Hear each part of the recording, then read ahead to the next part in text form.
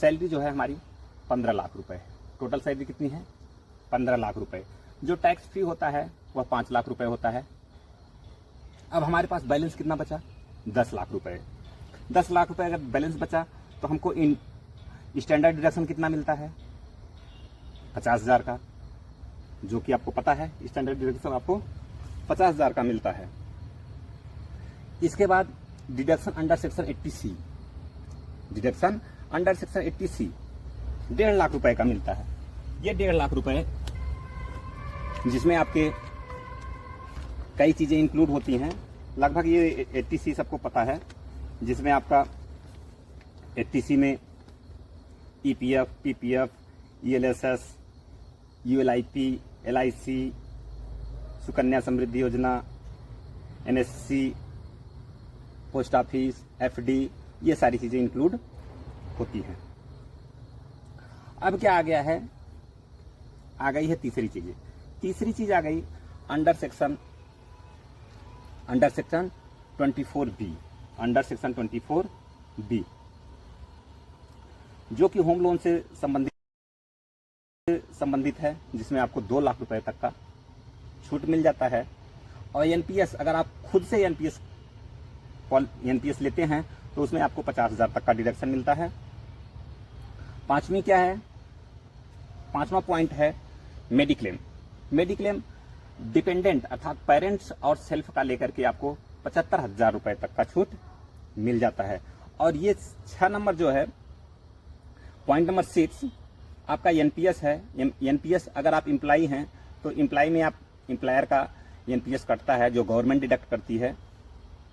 अगर हम उनका इनकम हम 10 लाख मानते हैं तो 10 लाख का 10%, जो बेस 10% है, तो 10% 1 लाख रुपए होता है, जो कि इसमें आपको 1 लाख रुपए की छूट मिल जाती है। 7वें नंबर पर है आपका HRA अंडर सेक्शन 80GG, अर्थात अंडर सेक्शन 80GG के अंतर्गत HRA में छूट मिलती है, जो कि सीमा कितनी है?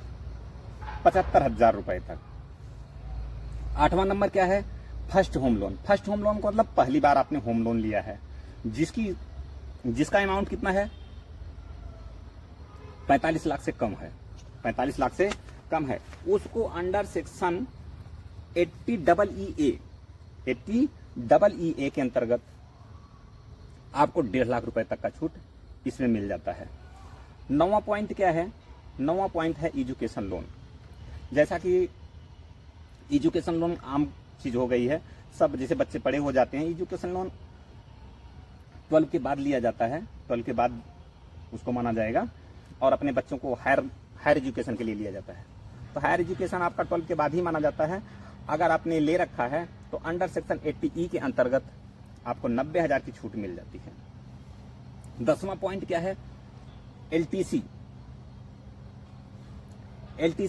या LTA। तो LTC में क्या है?